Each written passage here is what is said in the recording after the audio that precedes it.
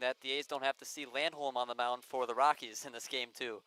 Yeah, Holm was really good throughout. We thought maybe there might be a chink in the armor in that bottom of the seventh when he had that, I think it was well over a half an hour. Well, he had to sit on the bench while all his teammates were scoring runs for him, but he hung in there very nicely. And a couple of the guys were saying, geez, that's way too long for a game, 2 hours and 9 minutes. Well, one of the reasons was there were 12 walks, and we're not even counting the hit by pitches, which are a couple of those. So you get in that kind of situation, you're going to have a long game versus what we had against Two Rivers, where both pitchers were throwing strikes and just a better played game. Hopefully game 2 sees a little bit more of a stronger performance from the A's offense, but first they got to start on defense. Who wants to take us through that A's defense to start off, Marty? All right, pitching is going to be Jason Bunton. His catcher is going to be a new guy, a short timer actually. His name is Ty Kolkowski. He's joining the A's for a few innings this game, and then he's going to retire from playing baseball. Harry Steltz at first. George Haas again is at second. Jacob Neese at third. Riley Palmquist is at short. There you see him. In the outfield from left to right, Calvin Kiesler, Alex Ames, and Emmett Seelan. And starting lineup for the Chicago Rockies, you just saw Mike Bowling ground out to Riley Palmquist for the first out of the inning, but he's the leadoff hitter. Then following is Andy Gayden. He's hitting second. Josh Mosley, the catcher, is hitting third. Mitch Jordan, the cleanup hitter, is DHing. Benji Rodriguez is back at third. He's in fifth. Joba Farrell, the shortstop, is hitting sixth. Darius Lugo, a new starter for the Rockies, is in right field. Colin Finelli, the 8-hole hitter, is playing second. Then rounding out is Nolan Bennett, and he's the first baseman in tonight's game. As Gayden shoots a little fly ball in the short left field, and just off the glove of Riley Palmquist, and it falls in the outfield, and a single for Andy Gayden for the first base runner of Game 2 of the doubleheader between the Rockies and the A's. We see that outstanding range of Riley Palmquist. You know, we've talked about fielding ground balls and tough hops and things, and there you saw the other side of his defensive game range. Yeah, that was a ball that was just in no man's land, what they call it in baseball terms, or the Bermuda Triangle, and Palmquist almost made an amazing play to help his pitcher Jason Bunton out. As Bunton picks over to first, nothing doing. Gayden returns safely without a dive. 3-0 hitter Josh Mosley, he had a leadoff double, and on the move is Gayden, and he got a great jump, and he'll be in there easily. After the pickoff move, Gayden did not care and took a few more steps in his next lead and got on second base easily. Bunton last year with Sheboygan pitched in 7 games, started all 7, had 5 complete games, finished with a 3.07 ERA and had a 4-2 record. The key thing about Jason is he's getting at the end of his career, we think. He's 42 years old. Yeah. Baseball is a sport of longevity, but you know, you're getting up there, it gets more and more difficult to pitch at a high level. As that ball's hit on the ground to first, and it'll be foul. Count will go to 1-2 now. Gayden will have to return to second base. And Marty, can you see Gayden try to take third early in this game after you saw his jump from first? You know, that's kind of an individual thing. If he thinks he can get a good jump, he'll go. I'm not sure that they're dealing with signs like steal third, you know, and all that kind of stuff. They might be basically on their own. The count is now 1-2 to Mosley. Wind is still blowing in, Lucas, and game time temperature is 56 degrees. It's getting a little more chilly. Yeah, we were looking at it towards the end of game 1, and it was blowing straight into the pitcher's mound. And fly balls will be tough to carry tonight, and Bunton checks back on Gayden. Nothing doing. I remember when he was on first, he stole third on the next pitch, or second on the next pitch, not this time. And Mosley fouls another one out of play right side. The count remains at 2-2.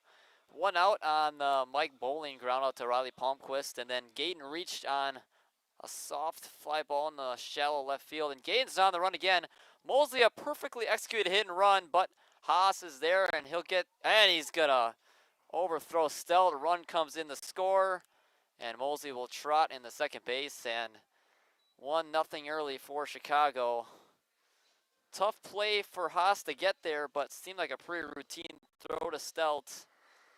But overshoots the first baseman, and it's going to cost the A's a run. Two-base throwing error on the second baseman.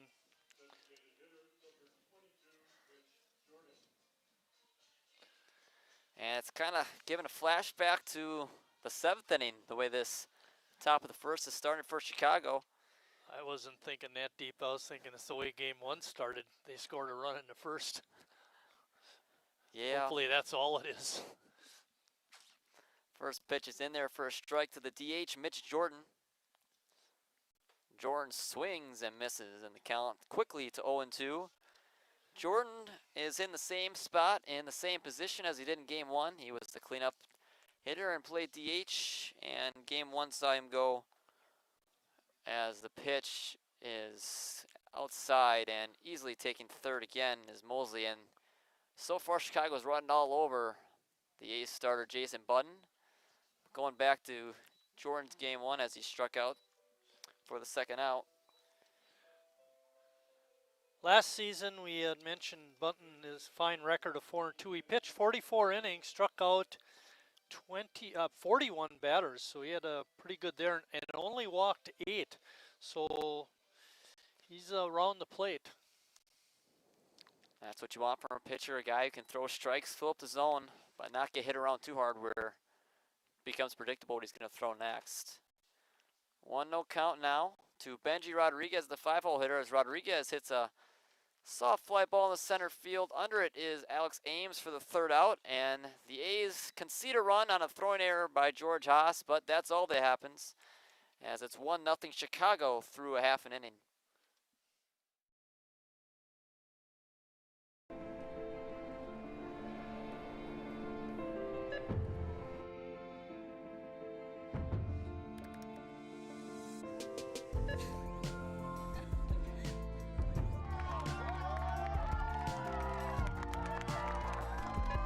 Whenever you shop Meijer, you help support programs like Boys and Girls Clubs and Girls Who Code that show kids they can dream anything and do even more.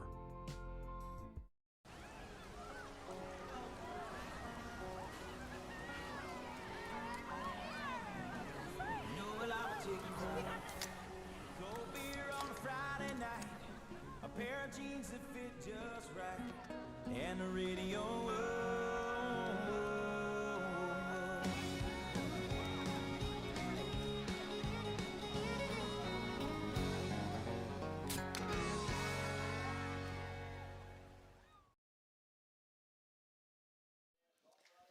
Back for the bottom half of the first inning. Chicago got one in the top half, and they've pretty much been leading throughout both games of this doubleheader to begin game two. And the man on the mound today for Chicago is Jake Mills.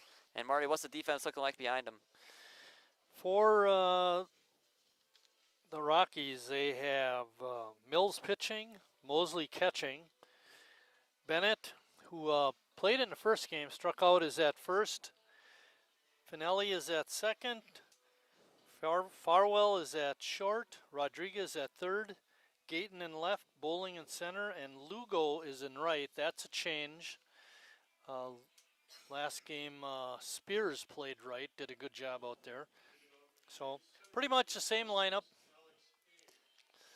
Yeah, we talked about Mitch Jordan when he was hitting, being in the same spot and the same position as he was in game one. The leadoff hitter is Alex Ames for Sheboygan. He takes the first pitch on the outside corner for strike one, and the rest of the lineup behind Ames looks like this. George Haas is back at second base. He's hitting second, followed by Harry Stelton, Jacob Neese in the 3 and 4 hole.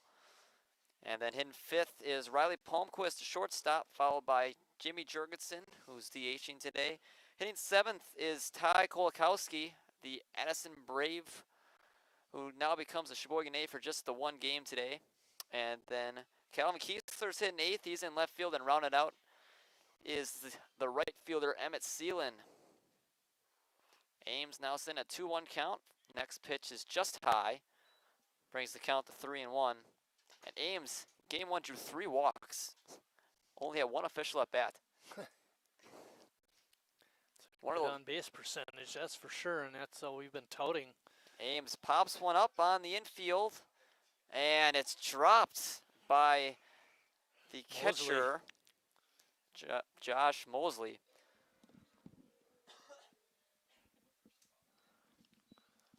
Take advantage of those. Yeah, especially for a guy like Ames who's speedy and great at getting on base. Count moves to 3-2 on Ames. The pitch from Mills is outside, and Ames draws a walk. Great start to the game for Sheboygan. They got their leadoff runner on. Umpires, Doug Stenke moves behind home plate for this game, and Peyton Kelling moves out from behind home plate onto the bases. George Haas, the next man to hit. Haas went 0 for 4 in game 1. But he's got great speed. Don't want to see him on base. Shows bunt, pulls it back last second, and takes the ball just high. How valuable is it, Marty, to have a team with guys at the top of the order with such great speed?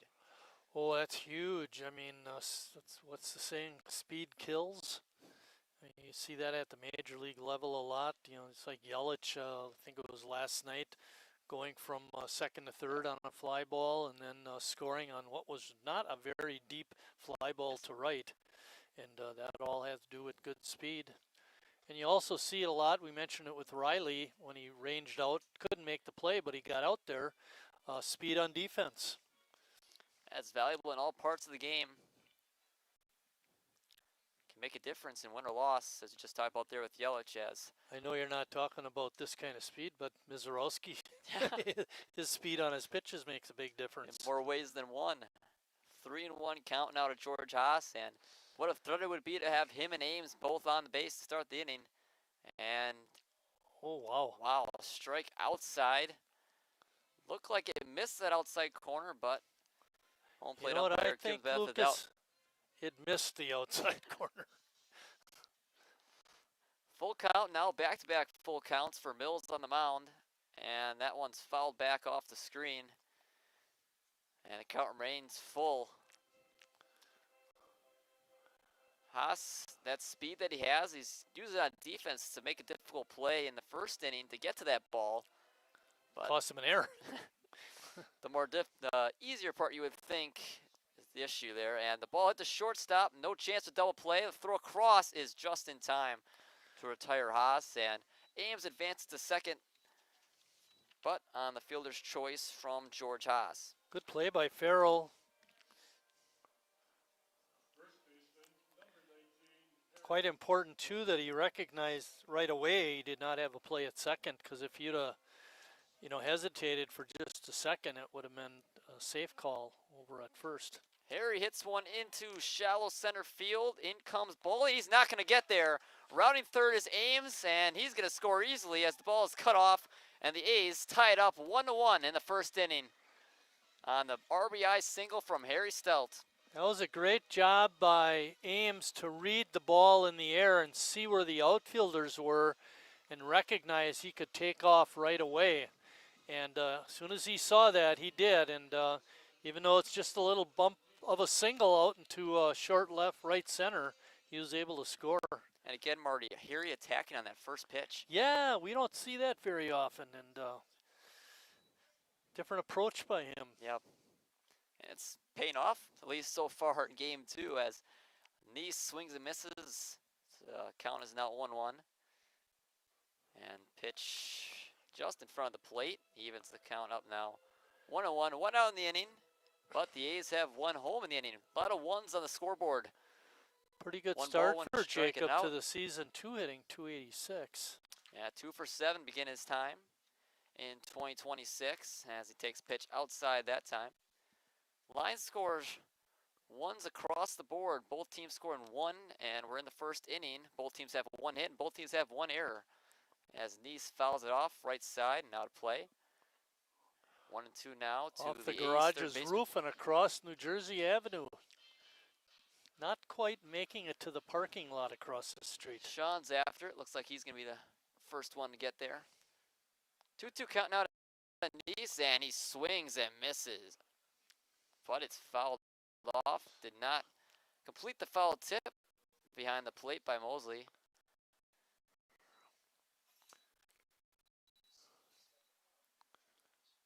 Looked like Neese missed that ball. Must have just tipped at the last second. Count remains 2 and 2. Neese nearly gets hit by that pitch, and the count runs full again. The third full count in the first 4 batters for Mills. Maybe he should have leaned in with that front shoulder and gotten hit by a pitch. Pitch is on the outside corner, and Neese is out and strikes. Tell he doesn't agree. I think what the batters, both teams, are going to have to do is adjust to that and start attacking that outside pitch. Yeah, it seems like that's a little bit more of an open zone to start off game 2. Now it's Riley Palmquist. He hits one in the air to left field. Both running after it, the third baseman, Rodriguez. He's going to run out of room. It's going to go into the A's bullpen area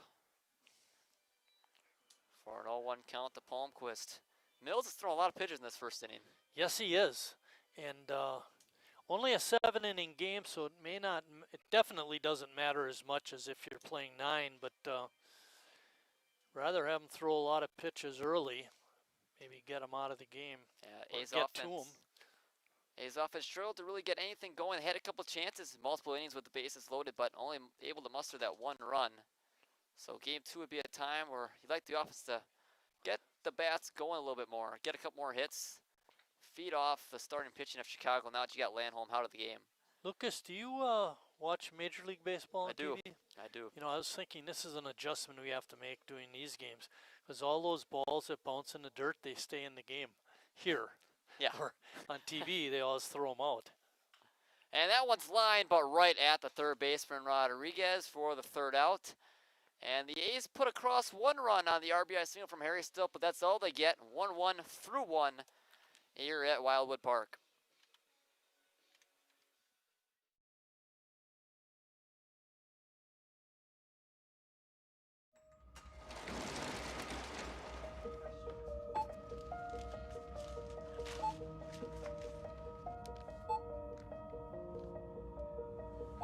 Whenever you shop Meijer, you don't just feed yourself or your family. You help support programs like Simply Give that feed our neighbors in need. Thank you.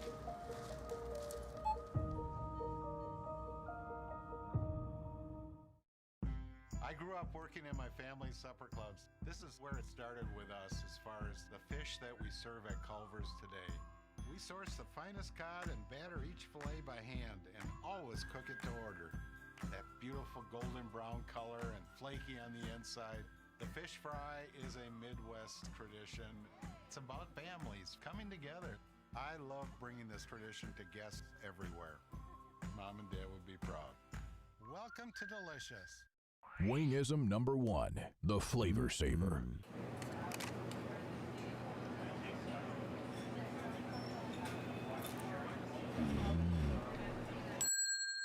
Legend Larry's, the definition of flavor.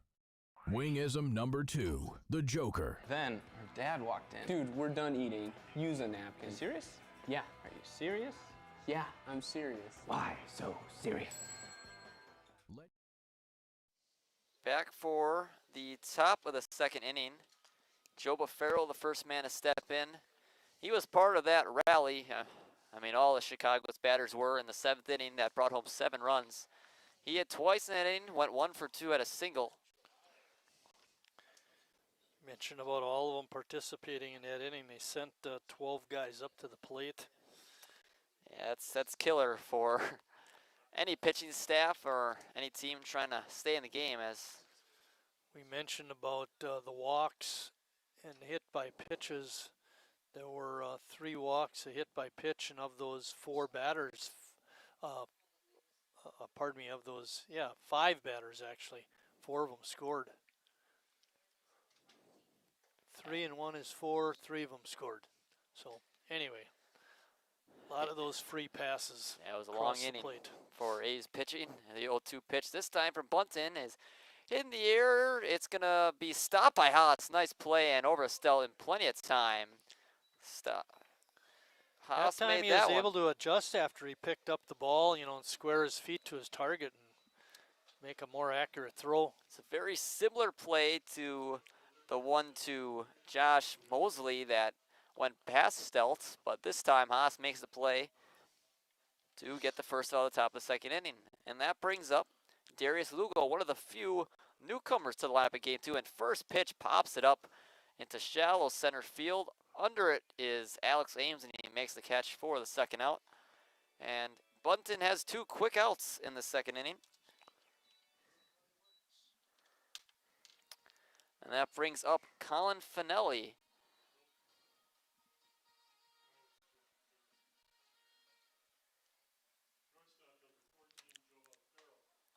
Brings up Joba Farrell.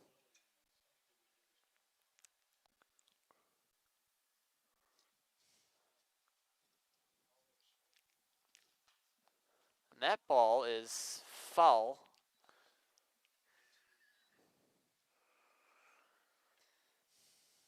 Finelli was the man who hit first in the inning. Now Joba Farrell comes to the plate. And that one is outside, and the count moves to 1-2. How does Bill know that and we don't?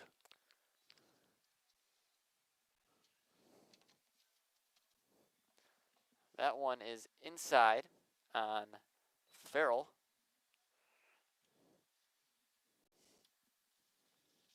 Count moves to even at 2-2 as Farrell lines one back up the middle and past Palmquist, and Farrell will have a base hit with 2 outs in the inning.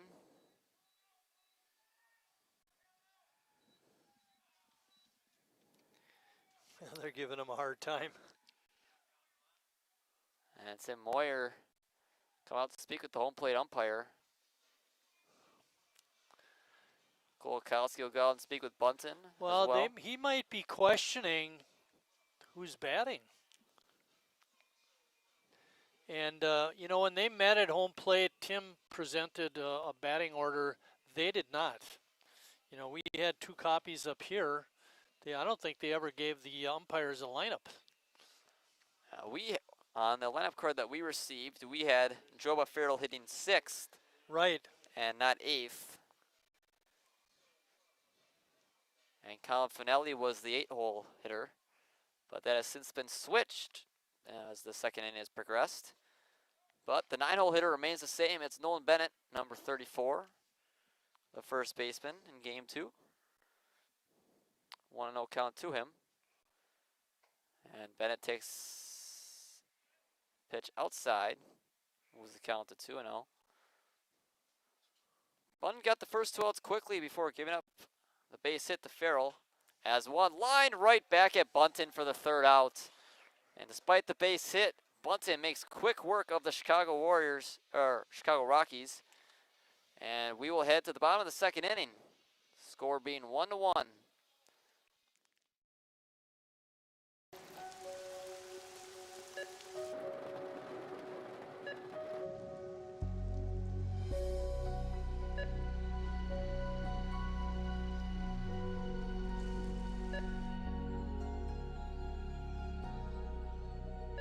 Whenever you shop Meijer, you help support organizations like Hope House Mission and New Hope Shelter that give people around here warmth, shelter, and care.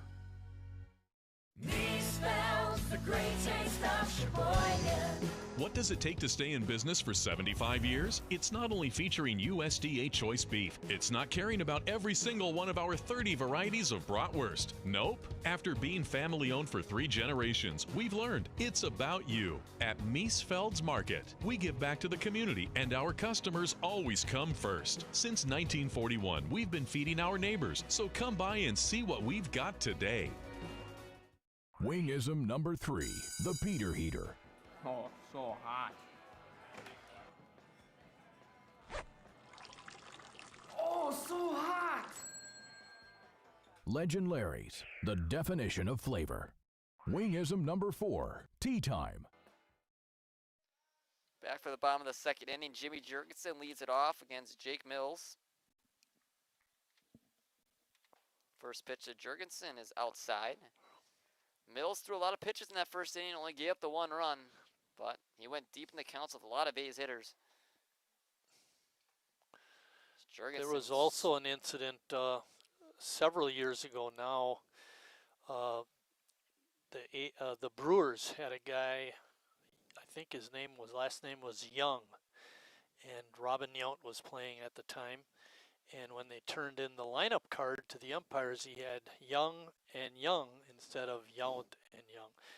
And when they found that out, there was, of course, an automatic out. Jurgensen hits one deep to right field, and all he could do is watch it fly by. Gone. See you later for Jimmy Jurgensen. That's number 1 in the season, and it's the first Sheboygan at Wildwood Park in 2026 as the A's take a 2-1 lead. 30th home run of his A's career, puts him 1 behind Al Albert. That ball got out of here quickly, Marty. Yep, and that's when he gets a hold of them, that's how they go. They're not towering, majestic shots or line drives that get out of here in a hurry. Jurgensen, a man with massive power, and he showed it off there. And now Ty Kolakowski, the 1-game contract with Sheboygan. He could be a phenom. He did 1,000 for his career if he has a day today. As the pitch is taken on the outside corner, Evans coming up at 1-1. Kolakowski played for Aston Braves, but wanted to play for Sheboygan, so he's getting his chance today in Saturday Game 2 doubleheader against the Chicago Rockies. The left-handed hitter takes the pitch from Mills and hits that one left field, and it's fair down the left field line, and Kolakowski's on his way to second base. And he'll be in there easily, stand-up double for Ty Kolakowski in his first A's at bat. And he's hitting 1,000 for his career.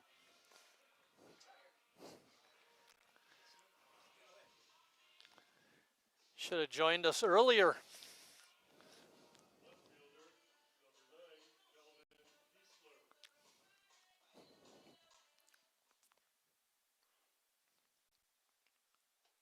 Kiesler swings and misses at the first pitch. Kiesler played in Game 1. He went 0 for 2. He hit the ball very hard in the 6th inning on a line out to the shortstop. And he also reached on a hit by pitch. And there's that hit by pitch, Marty, as Kiesler gets hit again. And he'll be on first base, and the A's have something brewing to start this 3rd inning with the Jurgensen homer and then a Kolakowski double, and now a hit by pitch to Kiesler. First 3 have reached.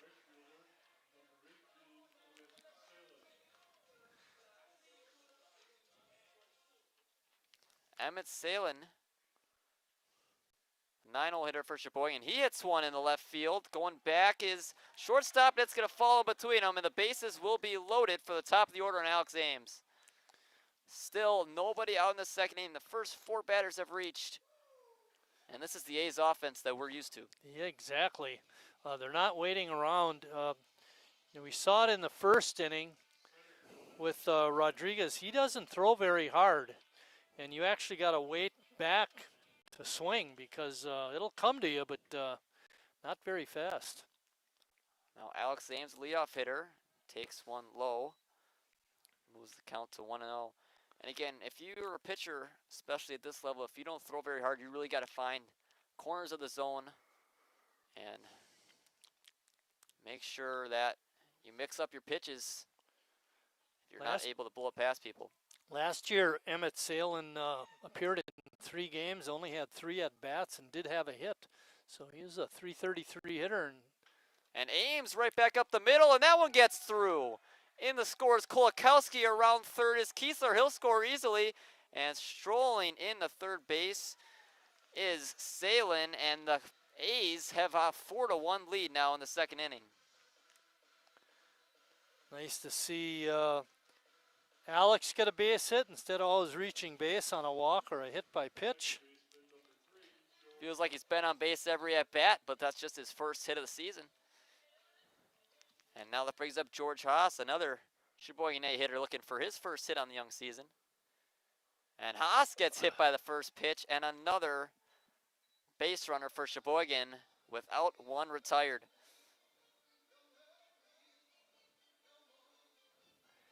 We don't know what Chicago has coming up for the games tomorrow, but if they have to use a lot of pitching today, you know, it might make it a little tougher for them tomorrow with the doubleheader. That's for sure.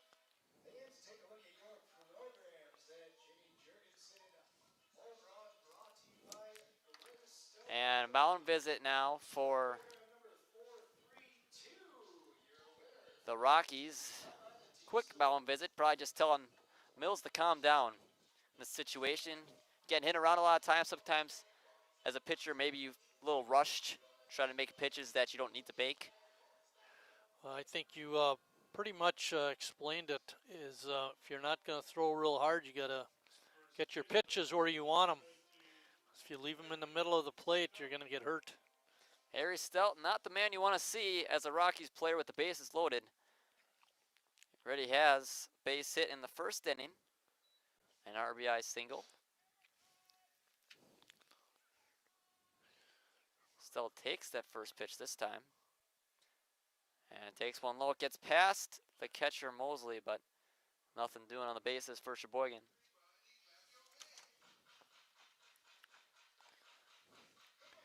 Harry singled in a run earlier, was hitless in the, oh, pardon me, he did get a hit his last at bat in game one. Stealth hits one to right field. It is foul. Just missed that right field chalk. That probably would have cleared the bases had it got down. But instead, it still have to deal with a 2-strike count. Very similar to that double he had against Two Rivers on Wednesday, right down the right field line. And if you remember, it wasn't just Harry, there were other batters. A lot of them seemed to take it to right. That opposite field approach was working for Sheboygan against Two Rivers on Wednesday, the home opener. The 1-2 pitch to Harry. And that one's lined up the middle. Another base hit for Sheboygan. In the score is Salin. Around third is Ames. The throw in will not be in time, and the A's get 2 more runs on a yet another Harry Stelt RBI single. 3 RBIs in the game now for Harry. And first 7 batters have reached in the second inning. You just figured something like that was coming the way the game 1 went, and all the pressure they put on Mills in the first inning of game 2. And that'll be it for Jake Mills. Harry led the ball club in RBIs last year with 48. He has a good start to the season tonight. Marty knows the new pitcher on the mound? Mike Martin. Mike Martin. He throws quite a bit harder than I did. Harry had a RBI in the Two Rivers game. He had 1, or he has 3 in this game, so he's got 4 on the year for sure. We do not have the statistics on that Denmark game. So in either case, it's a good start for Harry. Yeah, but not a good start for Chicago as the first 7 batters have reached and the A's already got 5 home in the second inning, and all of a sudden it's 6-1 Sheboygan, kind of the way that the 7th inning ballooned for Chicago in game 1. And that's where the Rockies said it was enough of Jake Mills, and they turned to the right-hander Mike Martin out of the pen. Hopefully, this Mike Martin looks like a ball player. He's not a Hall of Famer though, Mike. Not yet. The first batter Martin will see is Jacob Neese, the cleanup hitter for Sheboygan. He struck out in the first inning. Hoping to change things this time around.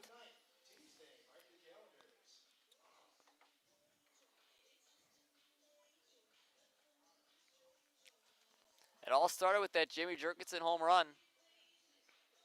Seems like kind of opened up the A's offense that had been dormant for game 1.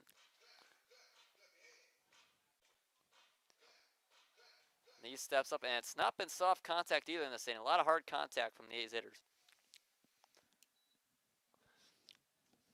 This Mike Martin is a tall, slender right-hander. Throws pretty hard. We saw him pinch hit late in game 1. This is his first pitching appearance. 0-1, this knee swings and misses. A good breaking ball that time from Martin. Boy, that name, that last name just kind of rolls right off your tongue. Wish I knew someone with the last name Martin.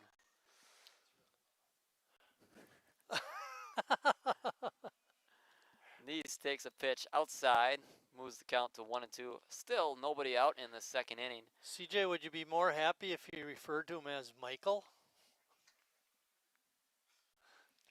Just don't call me Marty. Nees takes one outside 2-2. The runner at third is George Haas, and the runner on first is Harry Stelt, who just had the RBI single. 6-1 Sheboygan in the bottom of the second inning. 6 hits already for the A's. Pitch to Nees is just low. Moves the count full. And we've seen a lot of full counts so far today, Marty. Yes, and a lot of full counts lead to a long game. Plus big innings like this. Full count pitch to Nees is lined down the right field line. And that one's going to get down and off the wall. In comes Haas. And Schroyd in the second base is Jacob Nees, and yet another double, and the first 8 have now reached in the second inning for Sheboygan. It is 7-1.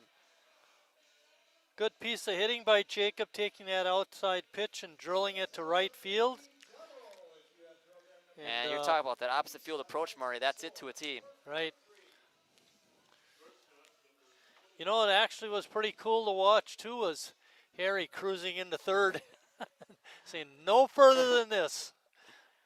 Palmquist, the last man hit in the inning, and yet nobody out. First 8 have reached for Sheboygan.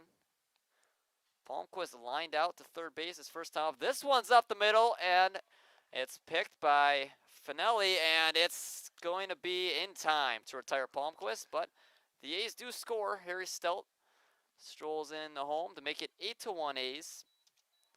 But finally, Chicago gets an out. Great play that time by the shortstop. Farrell. We've seen him make some nice plays in that first game. He's got pretty good range. Jurgensen takes a pitch in there for strike 1. 7 home in this second inning, and it's looking awfully familiar to game 1. Just let's get that other run in there too. Jurgensen, another base hit. 9 of 10 have reached, and another run scores for Sheboygan, 9-1. And Jurgensen is feeling it right now. For sure. He came into this game in .500 through his first 2 games, and he's already 2 for 2.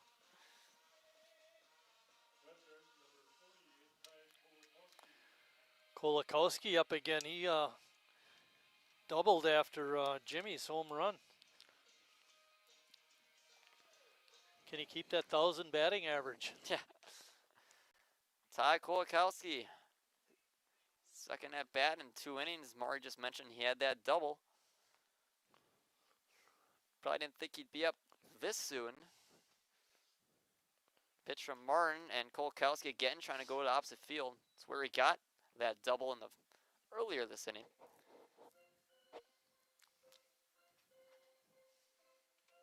If you were in this position, Marty, and you got to hit your first time, would you just call it quits? Just end with a 1,000 batting average? No, I definitely wouldn't. I'd want to keep going. Pitch Kolakowski hits that one sharply on the ground and through. And he is 2 for 2 in his A's career. Maybe have to slide up to more than just the 1 game.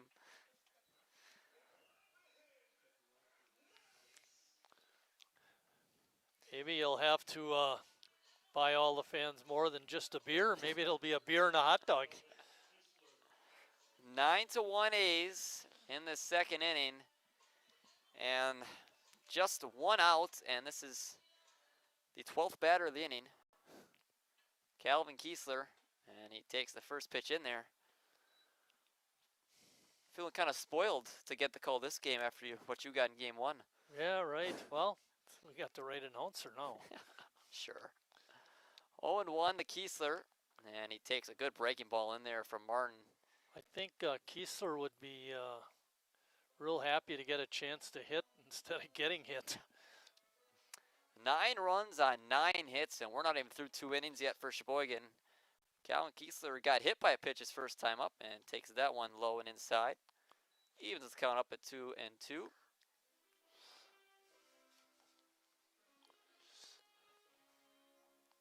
Should say 1-2 to Kiesler. Are we Kiesler hits that one on the ground. Rodriguez makes a nice play over to second base to get Kolakowski.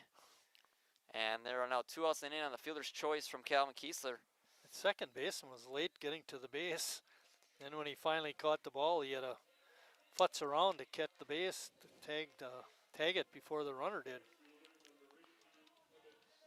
Emmett Salin, the hitter. Batter number 13 of the second inning. But Martin, he's done a nicer job than what Mills did to start the second inning. Again, that velocity could sometimes be a big difference maker. And Salin swings through the first pitch.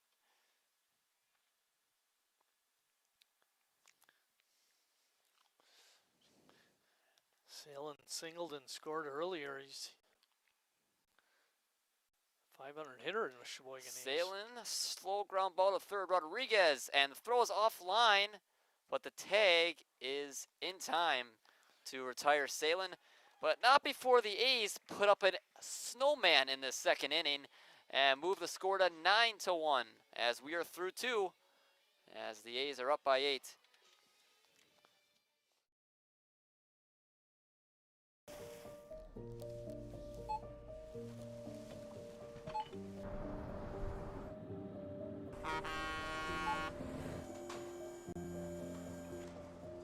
Whenever you shop Meijer, you shop for more than yourself.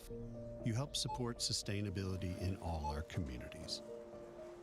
Thank you. Today, tomorrow, and for years to come.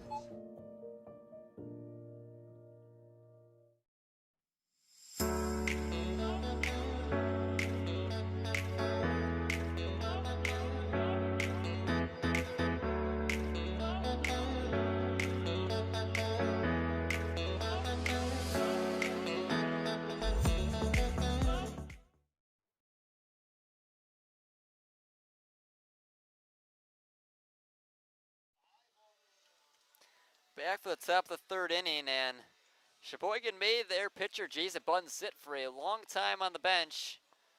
And now he's got to come out and face this Rockies lineup, and he will see the top of the order, 1, 2, and 3, Bowling, Gayton, and Mosley in this third inning. How difficult can it be for a pitcher? You talked about it with home in game 1, but to sit for that long while your offense is doing damage, but to come out and pitch again the next inning. For Bunton, I don't think it's going to be an issue. He's a veteran and knows what it's all about. We saw that from Carl Holm for Chicago coming in for the bottom of the 7th after that long top half of the 7th, and he did just fine. At this level, I think guys are more apt to adjust to that, be able to do it better. I think in the major leagues, you get a little more head case kind of thing. Like I've thrown my 80 pitches, I can't throw anymore, you know. And they don't like to extend them out, which is understandable. You know, you're paying out a lot of money for these guys to play. And the torque they put on their arm with the way they throw is a lot different. First pitch, Bowling pops up the Palmquist, and he's under it for the first out, man. Perfect way to start the third inning for Sheboygan. Get a lot of runs on offense and then retire the first hitter on the first pitch. Andy Gayton now the hitter. He singled his first time up and scored the only run thus far for Chicago. First pitch from Bunton is a swing and a miss from Gayton. We've talked about in years past that lefty on lefty matchup is not easy. Breaking balls are harder to pick up. As Gayton swings a ground ball to Haas. And he'll throw in plenty of time over to Stelf for the second out. And 2 quick outs again for Jason Bunn on the mound. After that long top half of the inning, it's be nice to get a short top of the third after that 8-run inning. By the way, when you went out for the commercial break and you said they got a snowman, reminded me of my golf game. On a par 9 though. So you got a birdie. Okay, I'll tell you. I had a par. I had an 8. It was on a par 5. So I'm not a big hitter. So I shouldn't do that, but it happened. The real killer was getting a 7 on a par 3. Yeah, those hurt. They don't even got a name for that, just +4. They call that bad golf. Mosley the hitter now, and he takes a strike. But I ended with 5 on a 4, 5 on a 4, 6 on a 5, and a par. Oh, so solid day. The last, if I can play bogey golf, that's great. Salen's going to watch it go into the Rockies bullpen. Foul. Count remains 0-2 on the catcher, Josh Mosley. Mosley reached on the error that brought in the run in the first inning. Haas has since cleaned it up and then some at second base, made a couple of nice plays since the error. 0-2, Button looking to make another quick inning. As that one's fouled again, and that one nearly hit a car on New Jersey Avenue. Speaking of cars, I was taking a walk a couple of weeks ago, and there must have been some kind of a picnic or party, at this house. Cars parked in front. There was a Maserati parked on the street. Wow, should have taken a picture next to it, act like it was yours. Yeah, how many times do you see that in Sheboygan? Bunton, the 0-2 count to Mosley, trying to get out of this inning. Mosley hits one softly on the ground, and Neese at third, bobbles, picks up with a bare hand, and Mosley's not even running, and he'll have him by plenty of time to retire the top of the third inning. Chicago gets nothing, and they're still down 8 as we head to the bottom half of the third inning.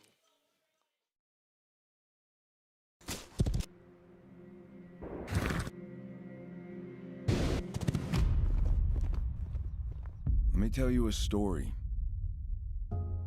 about a beer rooted in the heart of America, found in a community where a handshake is a sure contract, brewed for those who found opportunity in challenge and hope in tomorrow,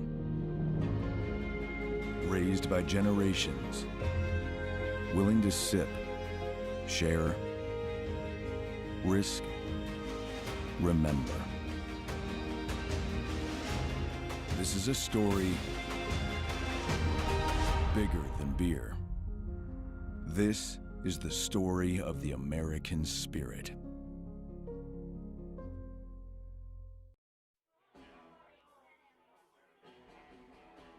All right, guys, we got teriyaki, honey barbecue, and mild. Enjoy.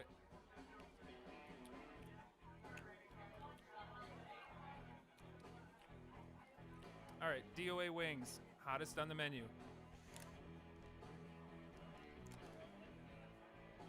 You got a problem?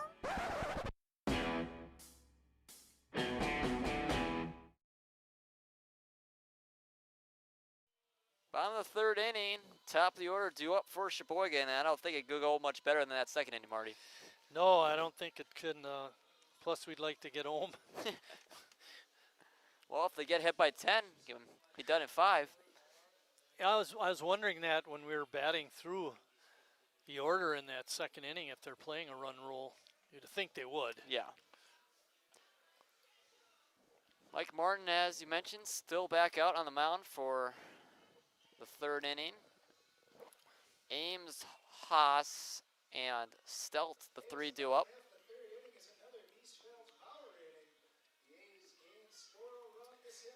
Ames will be hitting for the 3rd time so far today. He is 1 for 1 with a single and a walk.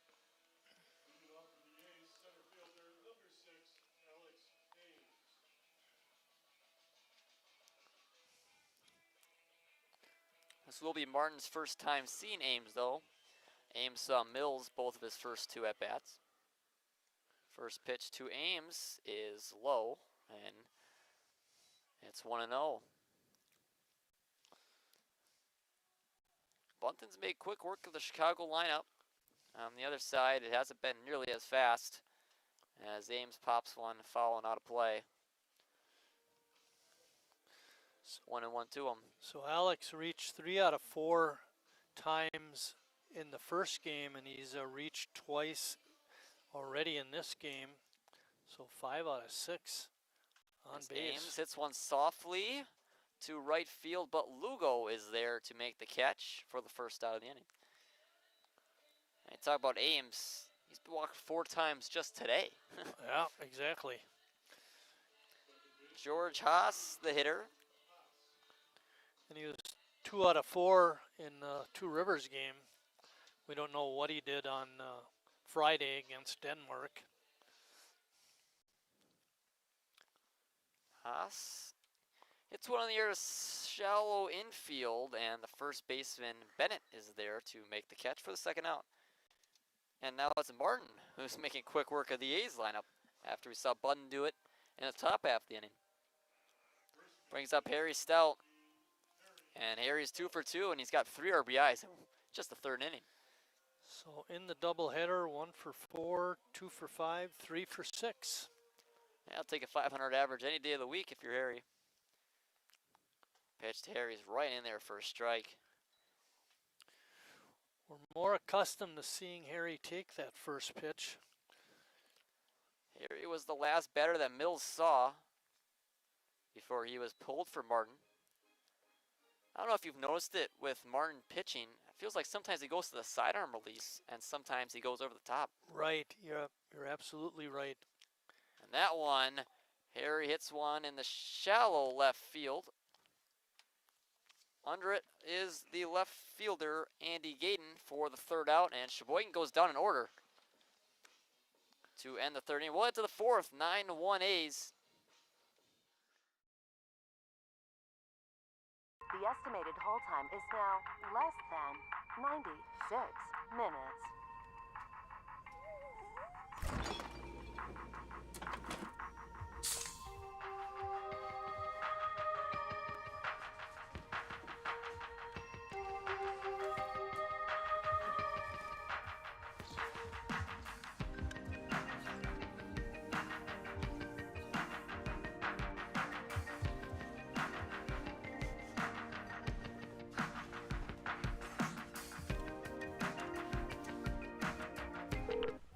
Thank you for your patience.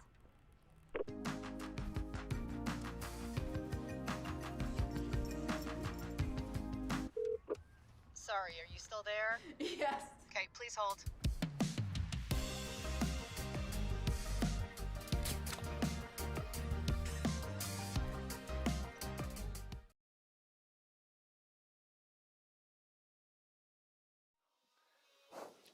Put a lid on it, Bill. We don't need your nonsense. We're back for the top of the fourth inning. Jason Budden remains on the mound for Sheboygan. He's made quick work of this Chicago lineup thus far, Marty. I'm sorry, I wasn't listening. I was thinking what I was going to say to Bill. Budden's back on the mound. He's made quick work of this lineup thus far, Marty. Yeah, let's hope it stays that way. The Rockies wore us out in the 7th inning of Game 1, that's for sure. And it was nice to see us return the favor in Game 2. Yeah, you know, this Rockies offense has got it in them. They showed it to Sheboygan in that 7th inning of Game 1. First pitch to Mitch Jordan is high and away. What was interesting for me, especially in the very first inning, was the way they ran on Jason. Yeah. You know, I don't recall, the times I've seen him pitch where teams took advantage of his, I don't know, he's just slow to the plate. And Jordan hits one deep to left field, looking up and out of here. Mitch Jordan hits one out, and Chicago pulls within 7 in this top of the 4th inning. That one was crushed, Marty. Very hard hit. Kiesler going back on it, but he could see there wasn't enough room. And Jordan with a long one. I think the only question was it high enough? Yeah, his first Jordan. hit of the day. Yeah, it's got to be tough. you know, as a DH, been sitting on the bench watching what the A's offense has done so far. Just eager to get a chance to get a little revenge. Now Benji Rodriguez, pitch is outside. The thing about Kolakowski, it's got to be impressive that he's catching after there's one game. I believe he's CJ can iron this out if I'm wrong, but I'm assuming he was a catcher his entire career. And the pop up just outside the infield is Haas for the first out. Is that right? Yeah, as usual, CJ doesn't know what he's talking about. Actually, he does. He played for Aston for 20 years, is what we know about him. Okay, yeah. But so far, he's in 1,000 in an A's uniform.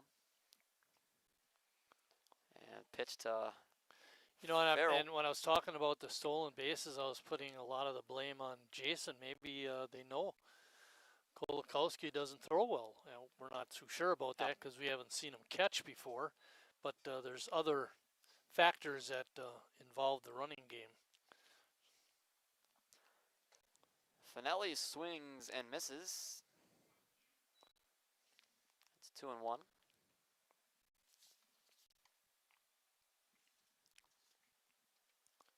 And check swing. He did not go. It's 3-1 now. Well, they're appealing it. I thought he might have went, but Kelling says no.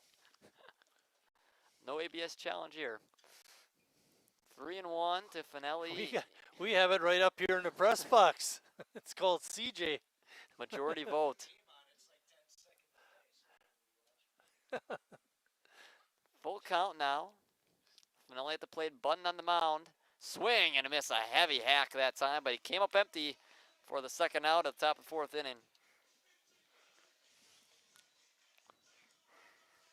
And now it's Darius Lugo.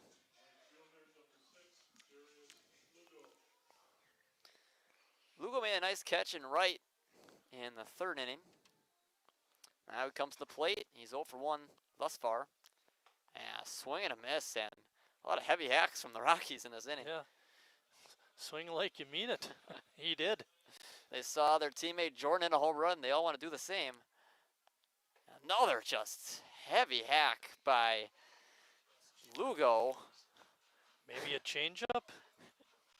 I don't think you should throw it anywhere near the zone if you're button. And Lugo wanted it, but holds back. And count now 1-2. 2 outs. Button trying to get out of the fourth here. And wave and a miss at a pitch way outside the strike zone. And a swing-happy Rockies team go down after a Mitch Jordan homer. And the score is now 9-2 as we head to the bottom half of the fourth inning.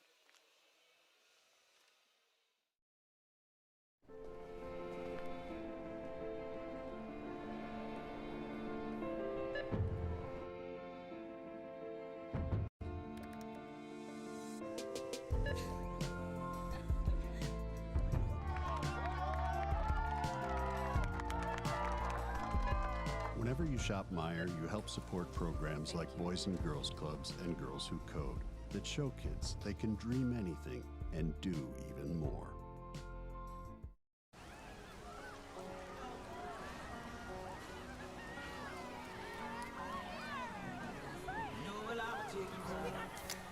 Cold beer on a Friday night, a pair of jeans that fit just right, and the radio.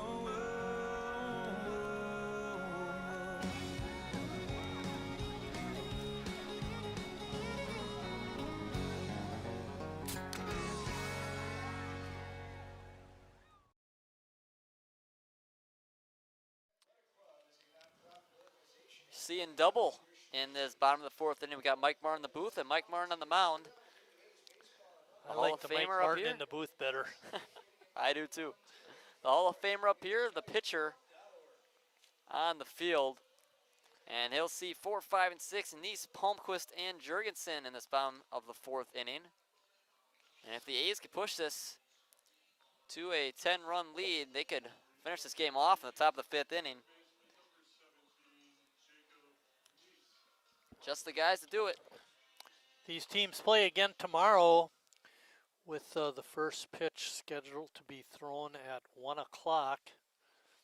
A doubleheader starting at 1. Neese doubled and has struck out so far. He's 1 for 2. Takes that one inside, and the count moves to 1-1.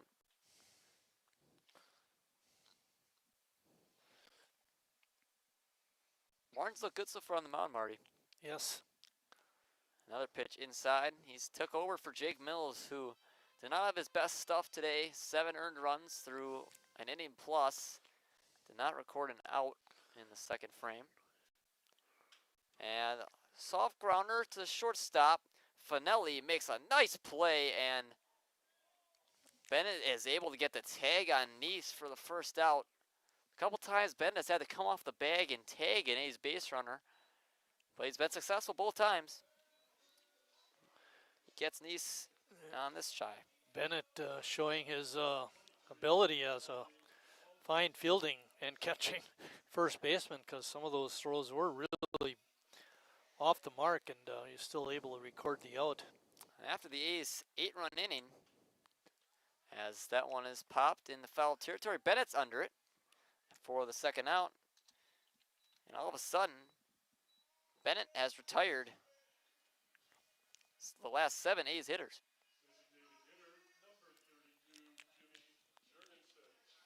Jamie Jurgensen, the hottest hitter on the A's, up again. He's already 2 for 2 today. He was hitting 500 coming in, so can only imagine what that average looks like now.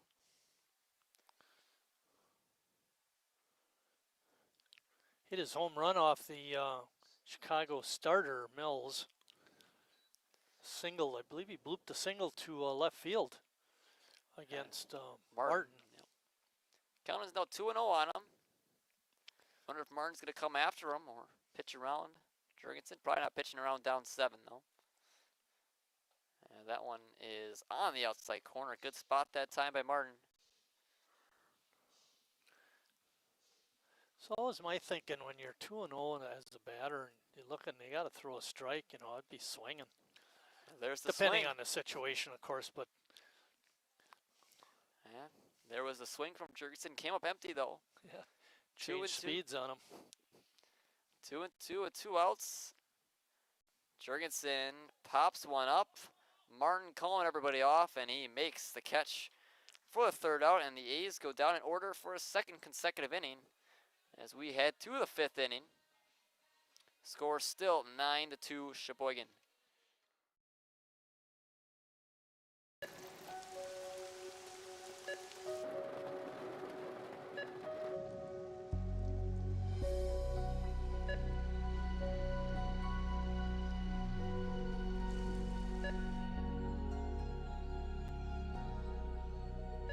Whenever you shop Meijer, you help support organizations like Hope House Mission and New Hope Shelter that give people around here warmth, shelter, and care.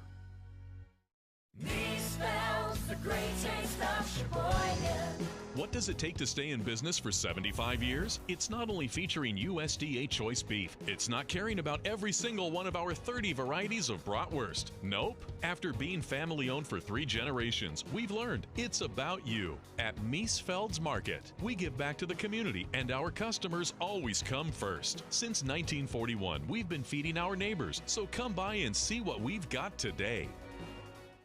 Wingism number 3, the Peter Heater. Oh, so hot. Oh, so hot! Legend Larry's, the definition of flavor. Wingism number 4, tea time. What are you, having tea with the queen?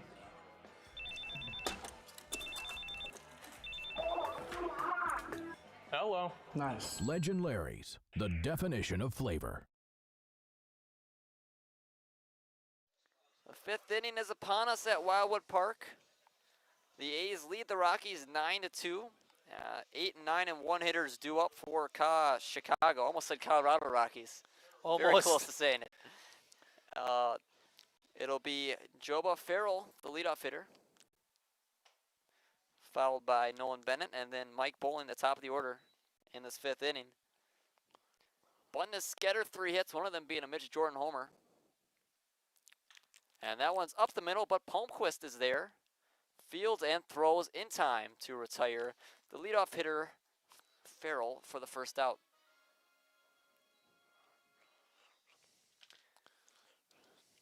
We talk about speed, we've talked about the A's offense, but you look at Riley Palmquist, such a great defensive infielder for the A's. Makes you think of him as Mr. Automatic. Very rarely does Riley make a mistake out there at shortstop. Nolan Bennett, the man who saved a couple of errors from the infielders for Chicago. First pitch is a strike on the foul ball. Bennett pinched hit in the big 7th inning in game 1, popped up to first base, made an out. He's done a little better. Lined out his first time up, hit the ball hard. Right at Button. Yeah. Swings and misses that time, counts 0-2.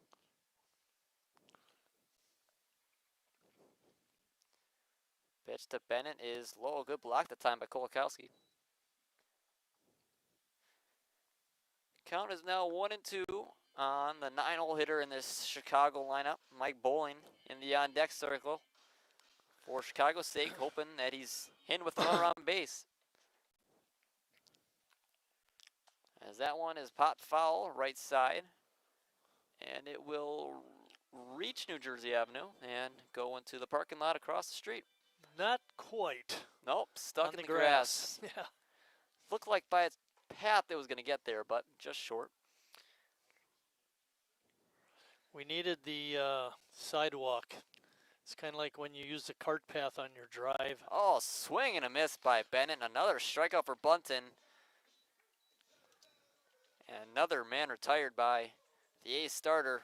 4th K of the game. And 3 of the last 4 batters have struck out.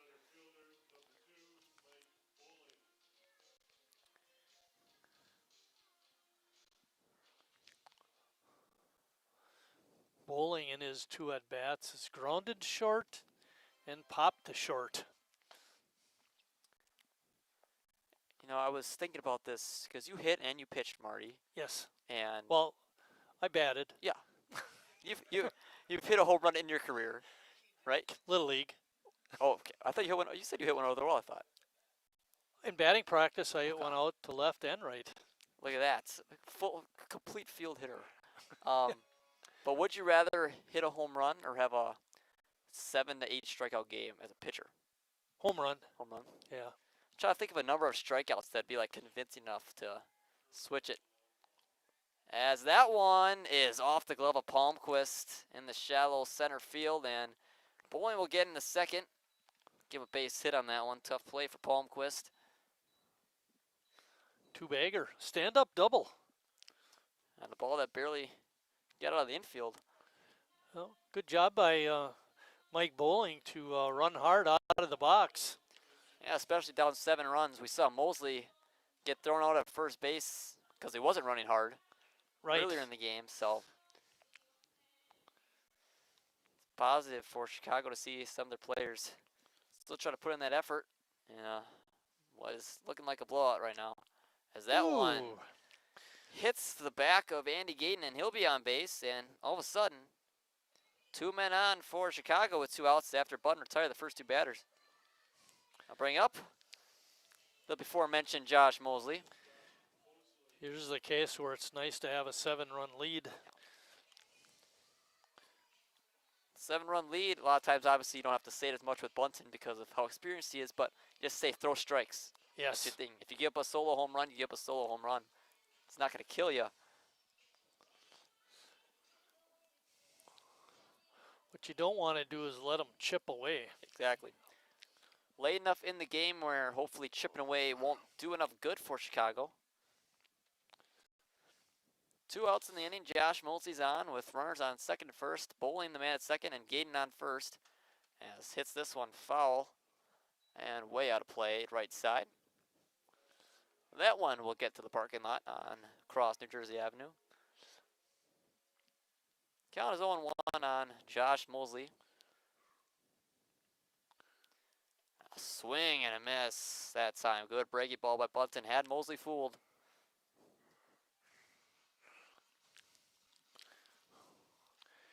Jason is from Twin Lakes, Wisconsin. He went to Marion University. He coached college baseball. I'm not sure which school, but it was down in the Kenosha area, I believe.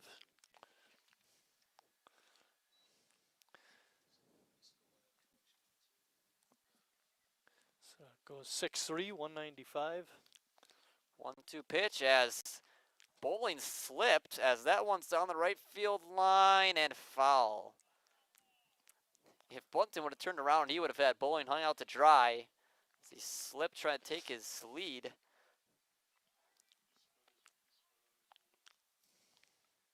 The count remains 1-2 on the foul ball by Mosley.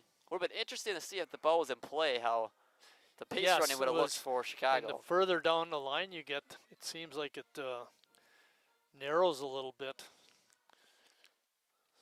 Foul line seems to be closer to the fence. 1-2 count, Mosley.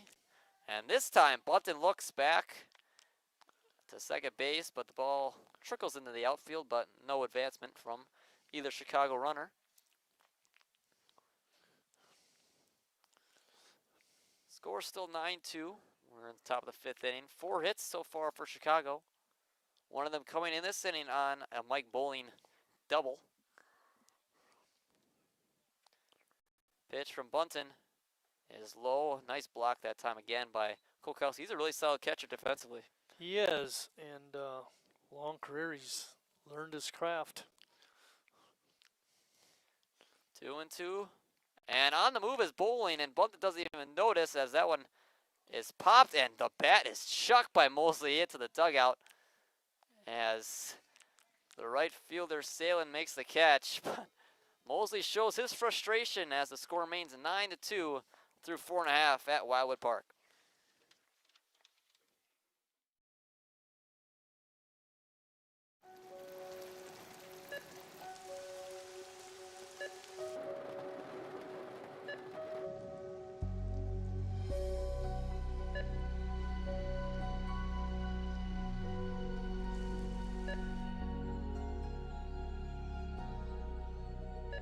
Whenever you shop Meijer, you help support organizations like Hope House Mission and New Hope Shelter that give people around here warmth, shelter, and care.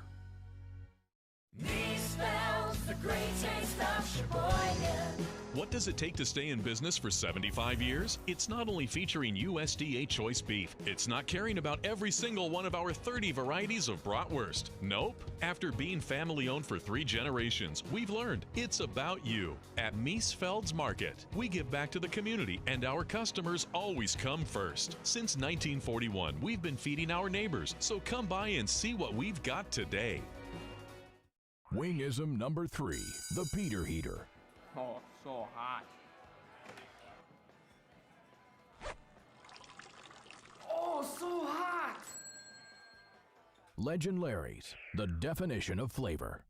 Wingism number 4, tea time. What are you, having tea with the queen?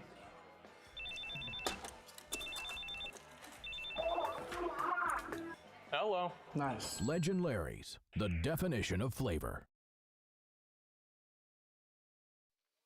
Back to Wildwood Park for the bottom of the 5th inning, and the man of the hour leads off inning. Ty Kolakowski trying to protect that 1,000 batting average in his Sheboygan A's career. He's 2 for 2. Single and a double, just a triple and a homer away from the cycle. We were under the impression that Ty was only going to catch a couple of innings and then come out and maybe visit up here in the press box. I know I don't like to share my mic, so maybe it's good he's playing. Kolakowski will lead off the inning, followed by Kiesler. I'm just kidding, by the way, on the mic thing. Mike doesn't like to share his mic.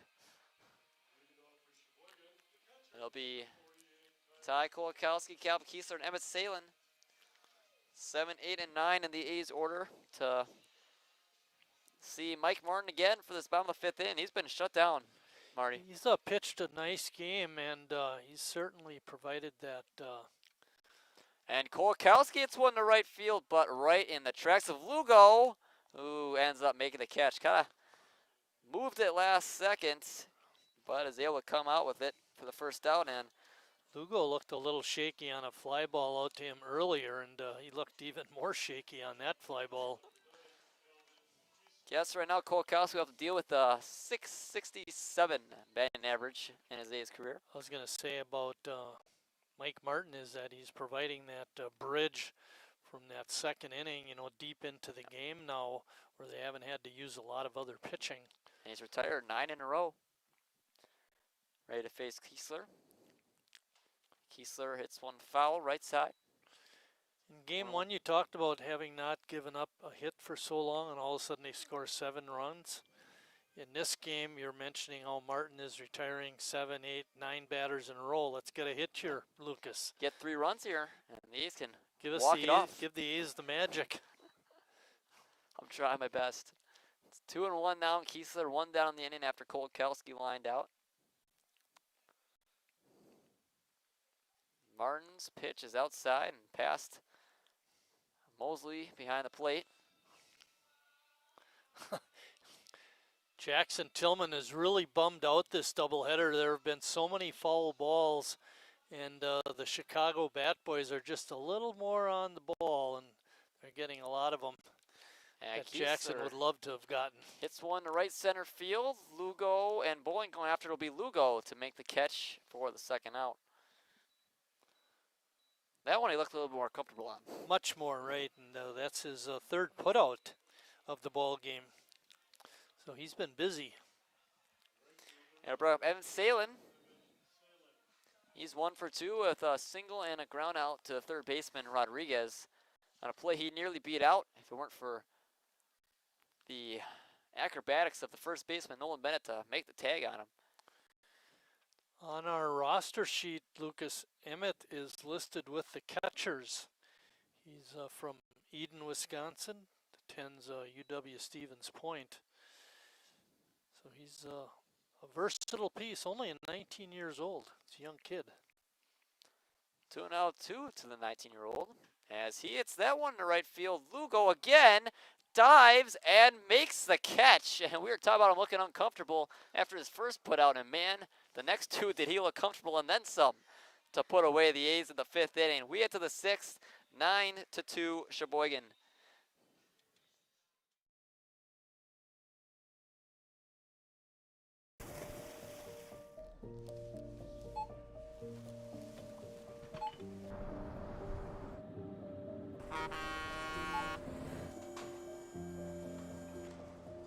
Whenever you shop Meijer, you shop for more than yourself. You help support sustainability in all our communities. Thank you. Today, tomorrow, and for years to come.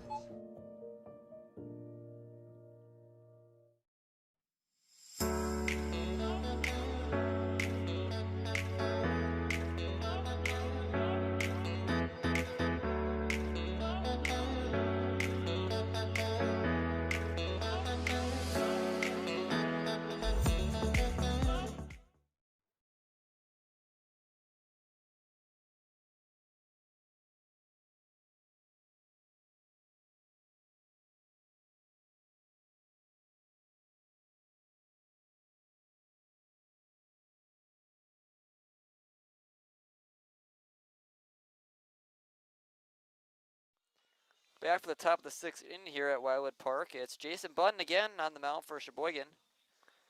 You will see Mitch Jordan, the man who took him deep the last time he saw him, followed by Benji Rodriguez and Colin Finelli. Well, Kolakowski's throw down the second got to the base a little bit high, but it's only warm-ups. Yeah, you can't really take much from warm-up sometimes, especially when you're trying to get a read on a pitcher. They might not throw as hard in those warm-ups. It's tough to detect really anything from them.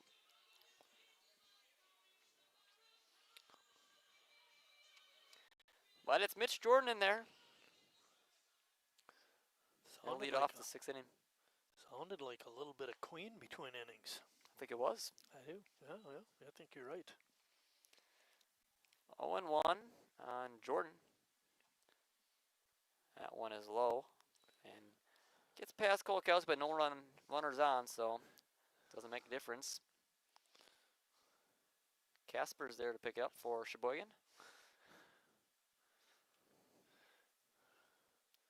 A's holding on to that 9-2 lead, courtesy of their 8-run second inning. But since then, they haven't had a base runner. Are you sure? Just looking to check. I'm just looking to check. Yep, no, they have not. As Jordan fouls it off the screen, and count is now 2-2. We pride ourselves on our 100% accuracy. Yeah, we've been perfect over here. I knew that would get some rumblings at the other end of the table. Full count now to Mitch Jordan, the DH. Jordan hits one sharply to second. Nice play by Haas on a hop, and the throw over to first. Beats Jordan by plenty for the first out. Nice play that time by George Haas.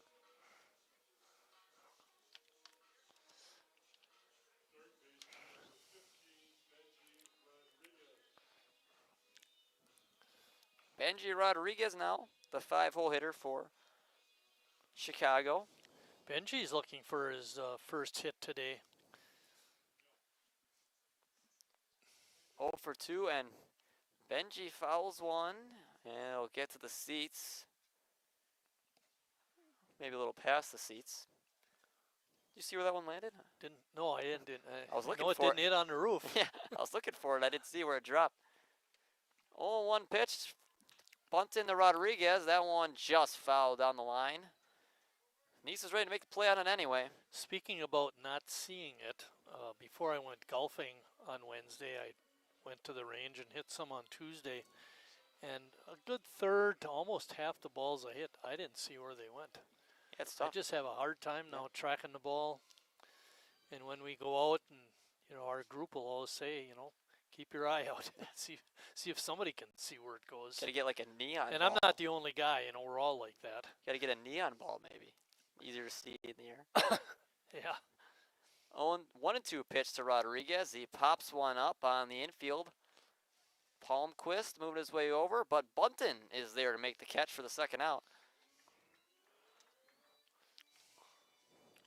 It's not very often you can tell Palmquist what to do on the infield. Yeah.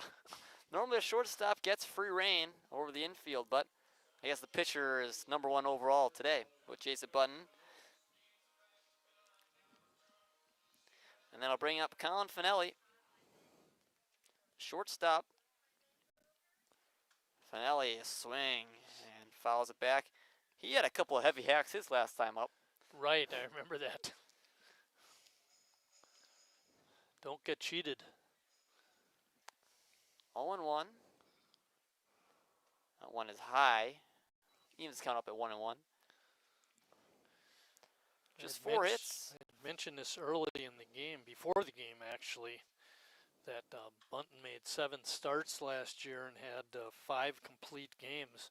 So it certainly wouldn't be surprising for him to go the entire game today. And a lot of those games were on 7-inning games and doubleheaders.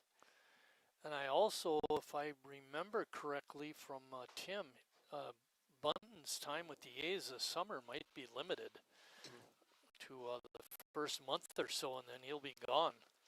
Yeah, he's, like we mentioned at the start, the older you get, even if you're still really talented like Bunton is, it can be just that more difficult to pitch complete season, as Bunton makes a nice play on the mound and throws it over to Stelton. Bunton fielding the position in the 6th inning, makes a couple of nice plays to retire the side.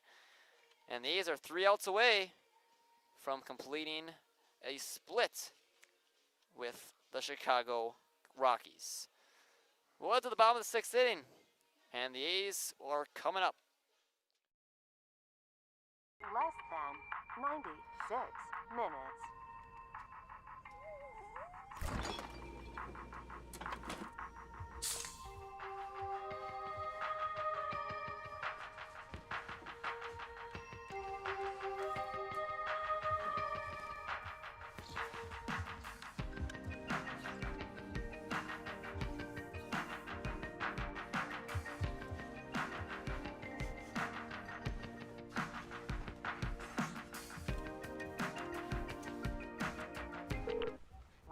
for your patience.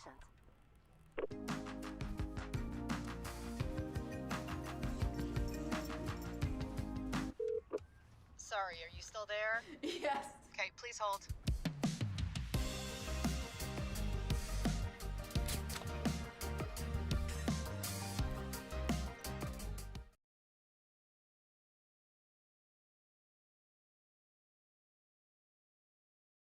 Back for the bottom of the sixth inning here at Wildwood Park, and it's still Mike Martin on the mound. He's been the man on the mound since the second inning.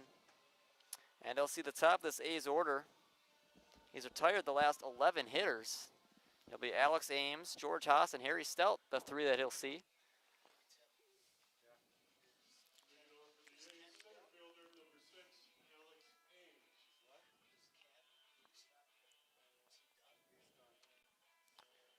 Ames is 1 for 2 today. He's got a single, a walk, and a flyout. And Martin's still nearly on hit the him by a mound pitch. for the Rockies.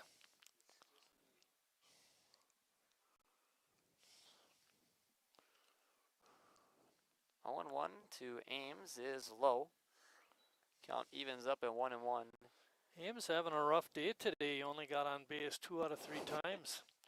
You think it's his What's wrong first with hit him? at Wildwood Park this season as hits that one softly into left center field. Bowling is under it, and he'll make the catch for the first out. I'll bring up George Haas.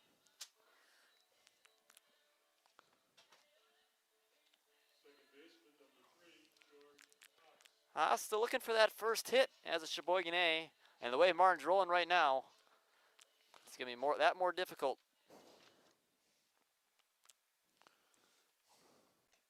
Pitch is right through there for a strike.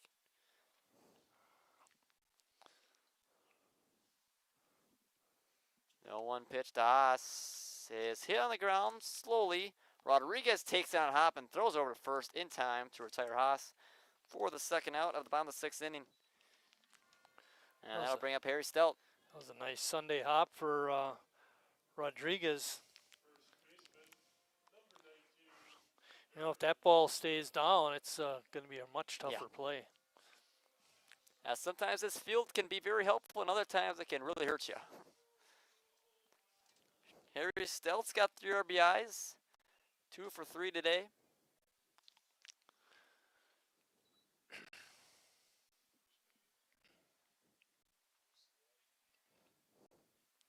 Pitch to Stout is low, and it's 1-1 now. Look at Harry's bat. I mean, doesn't it almost look like a fungo bat? It's so skinny. He's just that powerful at the plate. Pitch from Martin is high and outside. Moves the count to 2-1.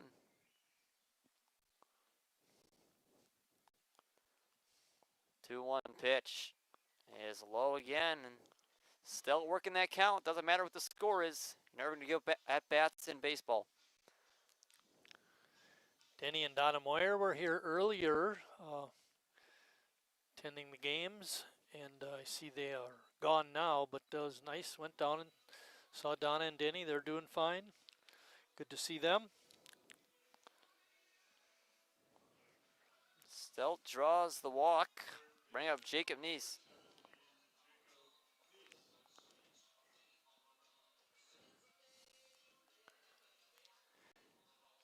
Harry climbing that RBI list. Tim was up here, wanted to check to see where he ranks.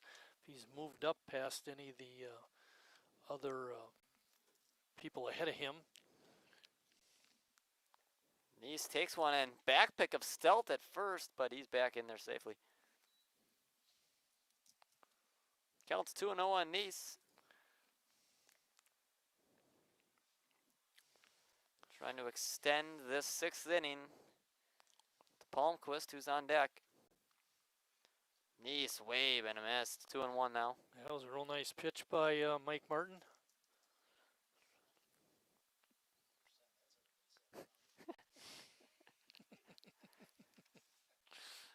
Two and one. The Neese is popped up on the infield. Slightly in the foul territory is Bennett, and he's under it and makes the catch. for the third out, and we head to the seventh. The A's got 3 more outs to get to close out game 2 of this Saturday doubleheader versus Chicago.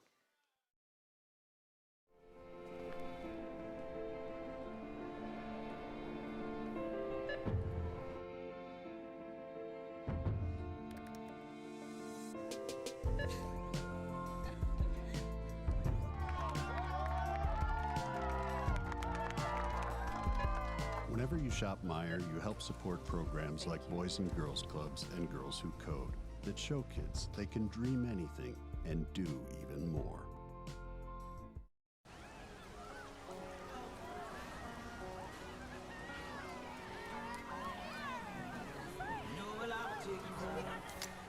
Cold beer on a Friday night, a pair of jeans that fit just right, and the radio.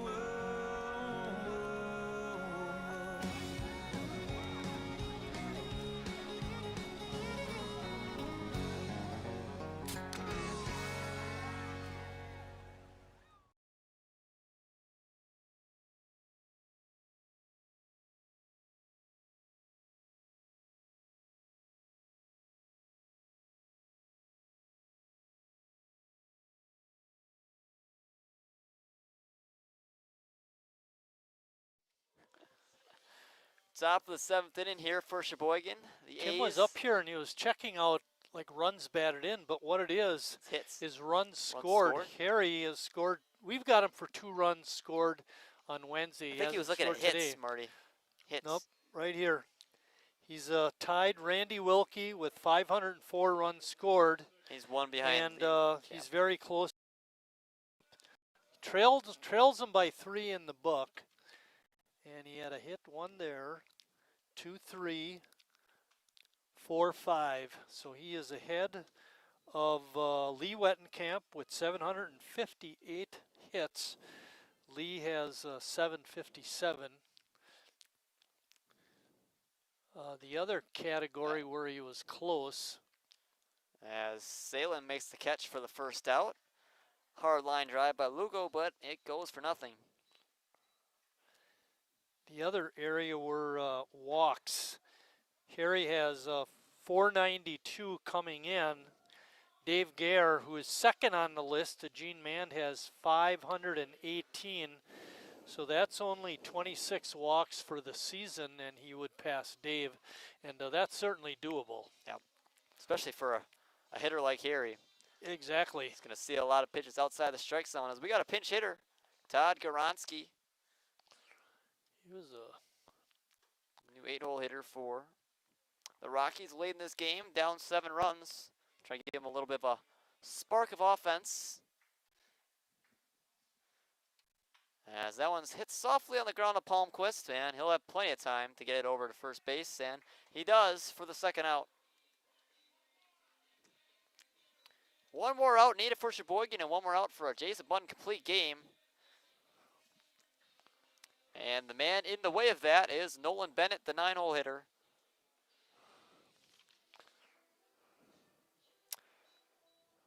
Bennett is 0 for 2 with a strikeout and a lineout. That lineout was to Bunton on the mound. As his first pitch on the outside corner, a good breaking ball that time by Bunton. 0-1. That one hit on the ground a second, and Haas has a chance to complete this game, and he does. The A's win game 2 of the doubleheader 9-2 over the Chicago Rockies.